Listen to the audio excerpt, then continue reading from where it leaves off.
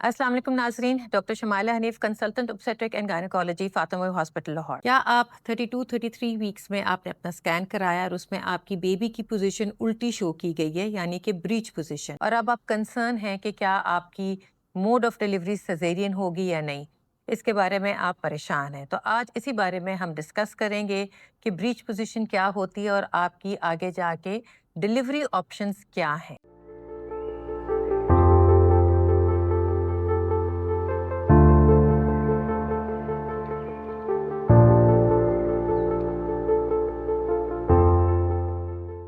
Breach position का मतलब है कि आपका बेबी उल्टा है। नॉर्मली ऐसा होता है एक ह्यूमन प्रेगनेंसी में, बेबी की हेड जो है वो नीचे की तरफ पेल्विक बोन की तरफ होती है और बेबी की जो बटक्स हैं वो माँ के स्टमक की तरफ यानी चेस्ट की तरफ होते हैं, जिसको हम सीधा बच्चा कहते हैं। पर कुछ केसेस में बेबी उल्टा होता है यानी ब्रीच पोजीशन होती है, यानी कि बच्चे के जो बटक्स हैं और पाँव हैं वो नीचे की तरफ हैं, पेल्विक बोन के अंदर हैं, और बच्चे का सर माँ की चेस्ट की तरफ है। Different types of breach position होती हैं, एक्सटेंडेड ब्रीच, फ्लेक्स ब्रीच। ये डिपेंड करता है कि बेबी की लेग्स की पोजीशन कैसी हैं, तो इससे ये आगे क्लासिफाई किया जाता है। ये देखने में आया है कि अमूमन 7-8 मंथ तक ऑलमोस्ट 30% केसेस जो प्रेगनेंसी में होते हैं वो अल्ट्रासाउंड अगर कराएं तो उसमें बेबी ब्रीच पोजीशन यानी उल्टी पोजीशन में होता है। पर जिस तरह प्रेगनेंसी एडवांस होती है, 9 मंथ तक पहुंचती है, तो बाय 36-37 वीक्स बेशतर केसेस जो बेबीज़ हैं वो खुद ही टर्न हो जाते हैं और उनका हेड डाउन हो जाता है। सिर्फ 3 to 4% केसेस ऐसे रहते हैं जिसमें बेबी की पोजीशन परसिस्टेंट ब्रीच 37 वीक्स तक ही रहती है। अब ब्रीच पोजीशन क्यों होती है? इसके मुख्तलिफ रीजंस हैं। कई दफ़ा ट्विन प्रेगनेंसी या ट्रिपलेट प्रेगनेंसीज में बेबी की पोजीशन ब्रीच हो जाती है। कई दफ़ा बेबी का साइज़ बहुत बड़ा होता है, या बच्चे के आसपास का पानी बहुत ज़्यादा होता है, या बच्चे की आसपास का पानी बहुत ही कम होता है कि वो घूम नहीं सकता। ये वजह भी होती हैं ब्रीच पोजीशन की। कई दफ़ा यूट्रस के मुंह के ऊपर प्लेसेंटा होता है, जिसको हम प्लेसेंटा प्रीविया कहते हैं। कई दफ़ा यूट्रस में एब्नॉर्मेलिटीज़ या कोई प्रॉब्लम होती है। एब्नॉर्मेलिटीज़ का मतलब है कि यूट्रस के अंदर कोई सेप्टम है, या उसकी यूट्रस की शेप फ़र्क है, यानी हार्ट शेप यूट्रस है, सेप्टेट यूट्रस है, तो इस वजह से भी ब्रीच पोजीशन हो सकती है। कई दफ़ा यूट्रस के अंदर रसौलियाँ होती है, जिसको हम फाइब्रॉइड्स कहते हैं। फाइब्रॉइड्स अगर ज़्यादा बड़े साइज़ के हों तब भी बेबी अपनी पोजीशन चेंज नहीं कर सकता। कभी कभी बेबी के अंदर कोई डेवलपमेंटल एब्नॉर्मेलिटीज़ होती हैं, ख़ास तौर पे अगर हेड बहुत बड़ा है, हेड के अंदर पानी है, या बच्चे के स्पाइन के अंदर कोई प्रॉब्लम है, उस वक्त भी ब्रीच पोजीशन हो सकती है। और बेशतर केसेस में कोई भी रीज़न नहीं होता और फिर भी बच्चा अपनी पोजीशन ब्रीच ही रखता है। अब आप 37 वीक्स तक जब पहुंच जाते हैं, तब ही आपकी डिलीवरी ऑप्शंस आपके डॉक्टर आपके साथ डिस्कस करते हैं। ये देखने में आया है कि ब्रीच को अगर नॉर्मल वजाइनल डिलीवर किया जाए तो वो कई दफ़ा कॉम्प्लिकेट कर जाता है, बच्चे के लिए ज़्यादा नुकसानदेह हो जाता है। क्या कॉम्प्लिकेशंस होती हैं अगर ब्रीच को एज सच वजाइनल डिलीवरी की जाए? तो उसमें कई दफ़ा होता है कि यूट्रस का मुंह जब डायलेट होता है तो बच्चे का पाँव निकल जाता है। कई दफ़ा बच्चे की कॉर्ड निकल जाती है, जिससे बच्चे का फीटल डिस्ट्रेस और अ, एक इमरजेंसी सिज़ेरियन भी करना पड़ सकता है। कई दफ़ा कॉर्ड निकलने से फ़ौरन बच्चे की पेट में डेथ भी हो सकती है। अगर बच्चे अभी फुल डायलिटेशन नहीं हुई और बच्चे की टाँग निकल रही है, वो भी बच्चे के लिए बहुत डेंजरस है। बच्चे की लेग्स और आर्म्स में इंजरीज़ आ सकती हैं वजाइनल ब्रीच डिलीवरी में।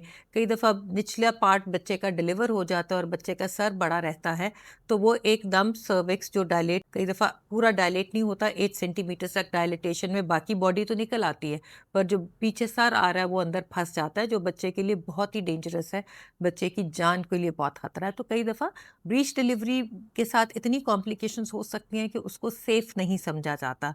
इसीलिए आपके डॉक्टर आपको सजेरियन सेक्शन की सलाह और मशवरा देते हैं।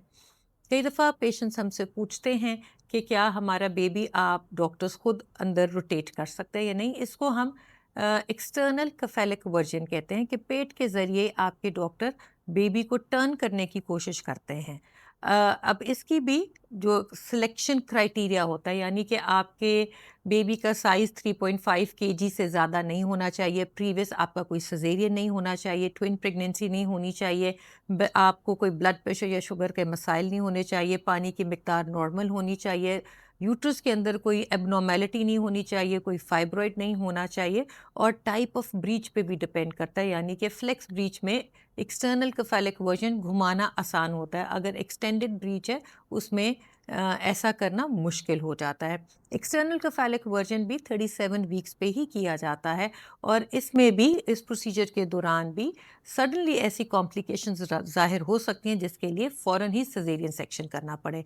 इसीलिए एक तो ये 37 वीक्स पे किया जाता है, अस्पताल के सेटिंग में किया जाता है, और ऐसे हॉस्पिटल में जहाँ इमरजेंसी सिजेरियन सेक्शन की सारी फैसिलिटीज़ मौजूद हो, नियोनेटल आईसीयू की सर्विसेज मौजूद हो।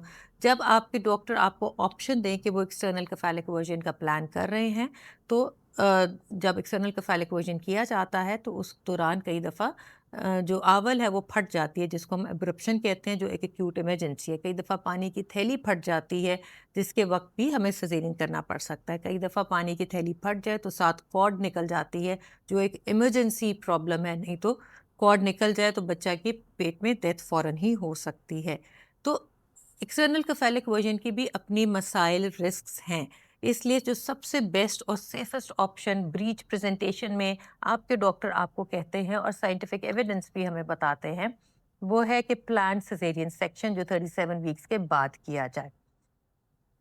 कई दफ़ा पेशेंट्स हमसे पूछते हैं कि कोई ऐसी एक्सरसाइज वो कर सकते हैं जिससे हेल्प हो के बेबी की पोजीशन चेंज हो। तो हाँ, कुछ ऐसी एक्सरसाइजेज हैं जो आप कर सकते हैं अगर आपका 32-33 वीक्स में ब्रीच अल्ट्रासाउंड पे पता चला है। एक तो आपको रेगुलर वॉक करनी चाहिए, दूसरा आपको कई दफ़ा हम कहते हैं ब्रिज पोजीशन मेंटेन करनी चाहिए। ब्रिज पोजीशन आप पिक्चर में भी देख लें, एक ऐसी पोजीशन है जिसमें आप ज़मीन पे या आप फ्लैट लेटें, अपने घुटनों को बेंड रखें और पाँव को फ्लैट फर्श के ऊपर रखें। इस पोजीशन पे आपने अपनी हिप्स को एलिवेट करना है, एक ब्रिज की फॉर्म पे आपने अपनी पोजीशन रखनी है। इस पोजीशन जिसमें आपकी पेल्विक बोन और जो हिप्स हैं वो एलिवेटेड हैं, ये 10 से 15 सेकंड तक मेंटेन करना है, और ये पोजीशन आपको दिन में बहुत दफ़ा करनी है। इसमें देखा गया है कि इस पोजीशन से जो बेबी है वो अपने आप को मूव करके कफेलिक हो सकता है। दूसरा एक पोजीशन जिसको हम ऑल फोर्स कहते हैं। ऑल फोर्स का मतलब है जिस तरह छोटा बच्चा क्रॉल करता है, जिसमें उसके जो हाथ हैं वो ज़मीन पे हैं और घुटने ज़मीन पे लगे हुए हैं। उस पोजीशन पे आपने अपने आप को रखना है, और फिर आपने रॉकिंग मूवमेंट्स अपनी पेल्विक बोन, अपने हिप्स की साइडवेज रॉकिंग मूवमेंट्स करनी है, या आगे पीछे आपने रॉक करना है। इस पोजीशन से भी देखा गया है कि कुछ हद तक कई केसेस में बेबी की पोजीशन खुद ब खुद कफालिक हो सकती है। पर ये सारी जो एक्सरसाइजेज है आपने रेगुलरली एक दिन में बहुत दफ़ा करना है और करते ही जाना है टिल आपका 37 वीक्स पे आपका जब दोबारा चेकअप हो, तो तब आपके डॉक्टर मुआयने पे कंफर्म करें कि आपकी ब्रीच जो पोजीशन है वो चेंज होके कफेलिक हो गई है। तो सबसे सेफेस्ट, अगर आपका बेबी ने पोजीशन नहीं चेंज की और आप 37 वीक्स तक पहुंच गए हैं और बेबी ब्रीच ही है, तो जो सेफेस्ट मोड ऑफ डिलीवरी है वो सजेरियन सेक्शन ही है। बहुत कम ऐसा होता है कि पेशेंट के घर में लेबर पेन शुरू हो जाती है, बाय द टाइम वो हॉस्पिटल पहुंचते हैं तो यूट्रस फुली डायलेटेड होता है और ब्रीच बिल्कुल सामने प्रेजेंट कर रहा होता है। उसी सिनेरियो में ब्रीच उस वक्त नॉर्मल डिलीवर कराया जा सकता है, क्योंकि इवन सजेरियन करने का टाइम नहीं रहता। Otherwise plan caesarean section after 37 weeks is the best and the safest mode of delivery for a breach presentations. अगर आपके जहन में कोई सवाल है इसको लेके, तो आप कमेंट सेक्शन में कमेंट कर सकते हैं। इस वीडियो को लाइक करें, शेयर करें, सब्सक्राइब करें। अपना बहुत ज़्यादा ख्याल रखें, खुश रहें। अल्लाह हाफ़िज़।